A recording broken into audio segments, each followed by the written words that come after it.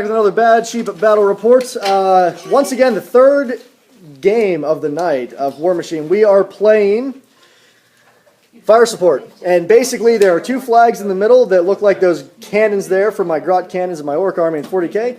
And then we have two objectives, one friendly on my side of the board, one friendly on his side of the board. I am playing Pat's Cryx. Pat, what are you running, buddy? I am running a short 25-point list. I have the Battle Box group along with a Warwitch Siren, a Machine Wraith, a Scarlock Thrall, and two Pistol Wraiths. Yep, and there's some proxies in there. That's fun because I have some proxies too, and that's what we do.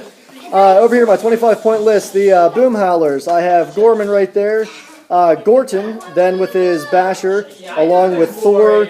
I have the Wish Nailer there, and 2 units of Hammer Dwarves. And I am going first.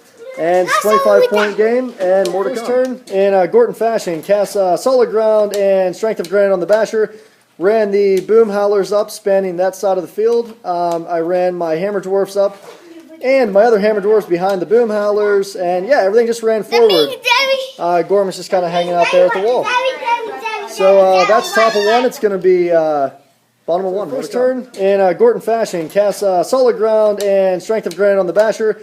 Ran the Boom Howlers up, spanning that side of the field. I ran my Hammer Dwarfs up, and my other Hammer Dwarfs behind the Boom Howlers, and yeah, everything just ran forward.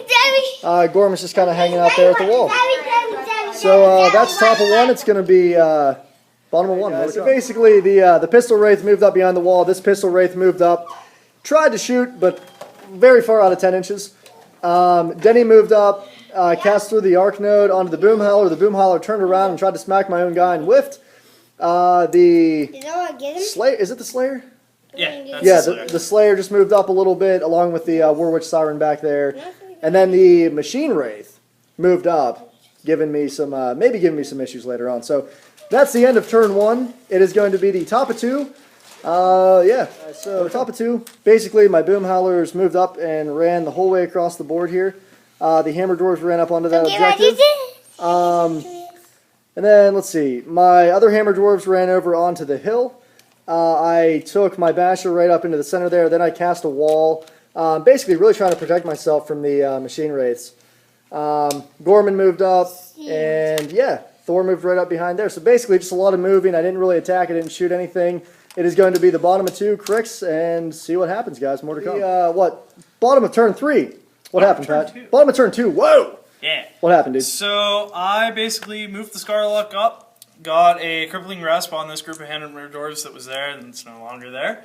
I wiped them out with a spray from this Defiler and then some shots from the Pistol Wraith. Then we had, we killed one of the Boom Howlers here. The Slayer killed a couple more Dwarves that had Parasite on them. And then we kind of just positioned ourselves rather poorly. And the Machine Wraith also moved up a little bit to maybe try and block things. Yeah, right here beside Gorton, just so. Yeah. Or Gorman. Yep. Yeah, I may be able to get on this turn. I'm not 100% sure. But it's going to be the top of 3, and no one has any objectives or any points because everything's contested and crazy. So, hope you guys are enjoying it, guys. So basically, I felt like I set this turn up perfectly. I moved my Boom Howlers out of the way, killed a Pistol Wraith over here, did all the fun stuff, tied a lot of stuff up, you know, all that jazz. Over here, my Hammer Dwarves moved out of the way, did a little bit to the Slayer, not too much. Didn't really care at that point in the game.